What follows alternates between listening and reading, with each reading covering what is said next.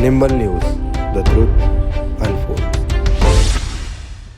पिछले एक महीने से भारत के कोरोना संकट ने भयावह शक्ल अख्तियार कर ली है।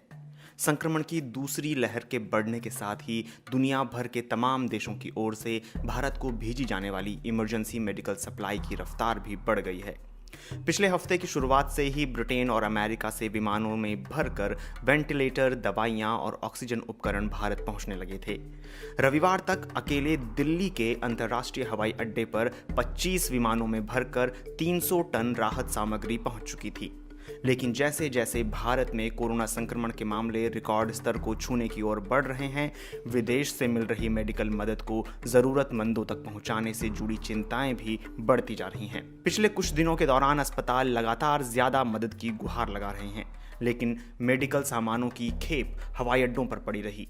दिल्ली के अधिकारियों ने स्थानीय मीडिया को बताया कि मंगलवार शाम तक इन सामानों को बांटा नहीं जा सका था, यानी आपातकालीन मदद की पहली खेप को आए एक हफ्ते से ज्यादा हो गए थे, लेकिन ये जरूरतमंदों तक नहीं पहुंच सकी थी।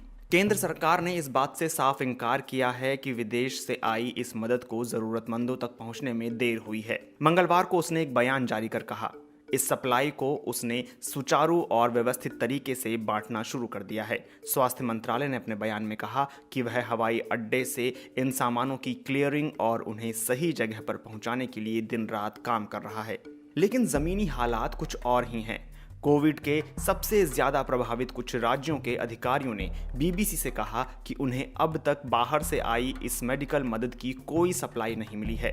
इस हफ्ते की शुरुआत में केरल में कोरोना के रिकॉर्ड 37,190 मामले आए, लेकिन राज्य के स्वास्थ्य सचिव डॉक्टर राजन खोब्रागडे ने बीबीसी को बताया कि केरल को बुधवार तक इस मदद की कोई खेप नहीं मिली थी।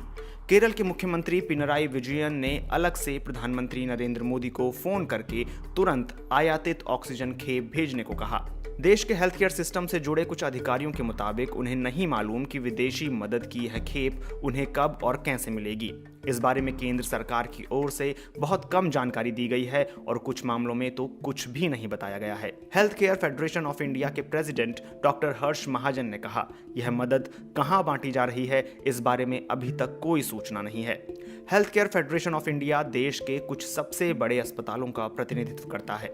इस संकट का सामना करने उतरे कुछ एनजीओ भी इस मदद को लेकर अनजान हैं। उनका कहना है कि इस सिलसिले में कोई सूचना न मिल पाने से वे हताश हैं। ऑक्सफैम इंडिया के प्रोग्राम एंड एडवोकेसी के डायरेक्टर पंकज आनंद ने बीबीसी से कहा, मुझे नहीं लगता कि किसी को इस बारे में जानकारी है कि यह मदद आखिर जा कहां रही है। किसी भी वेबसाइट पर ऐसा कोई ट्रैकर मौजूद नहीं है जो इसका पता बता सके।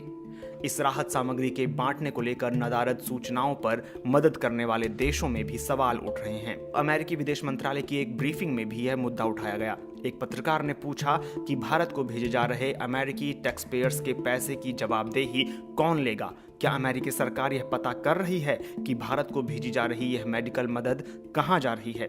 इसके जवाब में अमेरिकी विदेश मंत्रालय की प्रवक्ता ने कहा कि हम आपको यकीन दिलाना चाहते हैं कि अमेरिका इस संकट के दौरान अपने पार्टनर भारत का ख्याल रखने के लिए प्रतिबद्ध है। बीबीसी ने इस मुद्दे पर ब्रिटेन के foreign Commonwealth and development office यानी FCDO से बात की। बीबीसी ने पूछा कि क्या आपके पास इस बात की कोई जानकारी है कि ब्रिटेन की ओर से भेजे गए 1000 वेंटिलेटर समेत तमाम मेडिकल मदद भारत में कहां बांटी गई?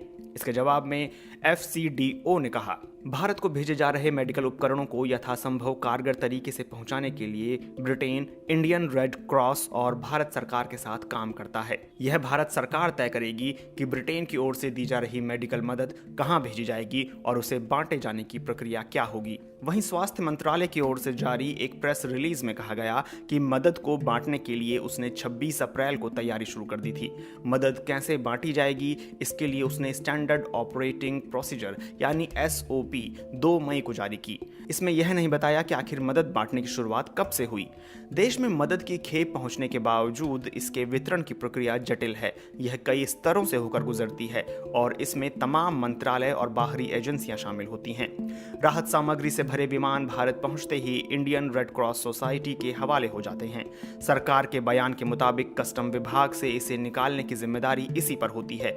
इसके बाद मदद की यह खेप एक दूसरी एजेंसी HLL लाइफ केयर के हवाले की जाती है। यह एजेंसी फिर इस सामान को अपने जिम्मे लेकर इसे देश भर में भेजती है। भारत सरकार ने माना कि चूंकि यह सप्लाई अलग अलग रूप में आती है, इसलिए पहले उन्हें खोलना पड़ता है, फिर रीपैक करना पड़ता है। इसके बाद ही वे निर्धारित जगह पहुंचाई जाती है। इससे राहत सामग्री पहुंचाने में देरी हो जाती है। सरकार की ओर से कहा गया, मेडिकल मदद के तौर पर जो सामान बाहर से आ रहा है उसकी मात्रा और तादाद अलग अलग है। वे एक बार नहीं आती है, अलग अलग समय में अलग अलग संख्या में आती है। कई बार ये सामान लिस्ट से मेल नहीं खाते या फिर संख्या या मात्रा में अंतर होता है। एयरपोर्ट पर इनका हिसाब लगाना पड़ता है। एक बार सामान की दोबारा पैकिंग होने के बाद वे उन इलाकों में पहुंचा दिए जाते हैं जहां गंभीर मरीजों का दबाव सबसे ज्यादा है। कोरोना से सबसे ज्यादा घिरे राज्यों में से एक पंजाब के एक अधिकारी ने बुधवार को BBC को बताया कि राज्य को 100 ऑक्सीजन कंसंट्रेटर्स और जीवन रक्षक दवा रेमडेसिविर की 2500 डोज मिली है। चेन्नई के कस्टम अथॉरिटी ने ट्विटर के जरिए जानकारी दी कि मंगलवार को एयरफोर्स ने ब्रिटेन से चेन्नई तक 450 ऑक्सीजन सिलेंडरों की पहली खेप एयरलिफ्ट की। सरकार के एक मंत्री ने मंगलवार को बताया कि हांगकांग से विमान के जरिए 1088 ऑक्सीजन कंसंट्रेटर्स लाए गए थे। इनमें से 738 दिल्ली में रख लिए गए और बाकी 350 मुंबई भेज दिए गए। इन कोशिशों के बावजूद भारत के अस्पतालों में अभी मेडिकल सप्लाई की भारी कमी है। सबसे ज्यादा किल्लत मेडिकल ऑक्सीजन की हो रही है। देश में हर दिन कोरोना संक्रमण के मामले बढ़ते जा रहे हैं। इसके बावजूद कुछ हेल्थ केयर प्रोफेशनल्स कह रहे हैं कि उन्हें इस समय तुरंत विदेशी मदद की नहीं, बल्कि अस्पताल में ही मेडिकल ऑक्सीजन प्लांट लगाने की जरूरत है। डॉक्टर हर्ष महाजन कहते हैं कि इस वक्त हमारी समस्या सिर्फ एक है और वह है मेडिकल ऑक्सीजन की कमी। विदेश से मदद आए या ना आए, इससे ज्यादा फर्क नहीं पड़ता। वह कहते हैं कि ऑक्सीजन का उत्पादन हालात बदल देगा। अभी सबसे ज्यादा जरूरत इसी की है। कोविड से लड़ने के लिए हेल्थ केयर इमरजेंसी के अग्रिम मोर्चे पर तैनात हेल्थ कर्मियों के लिए मरीजों को बचाने के लिए जरूरी मदद का बेसब्री से इंतजार है।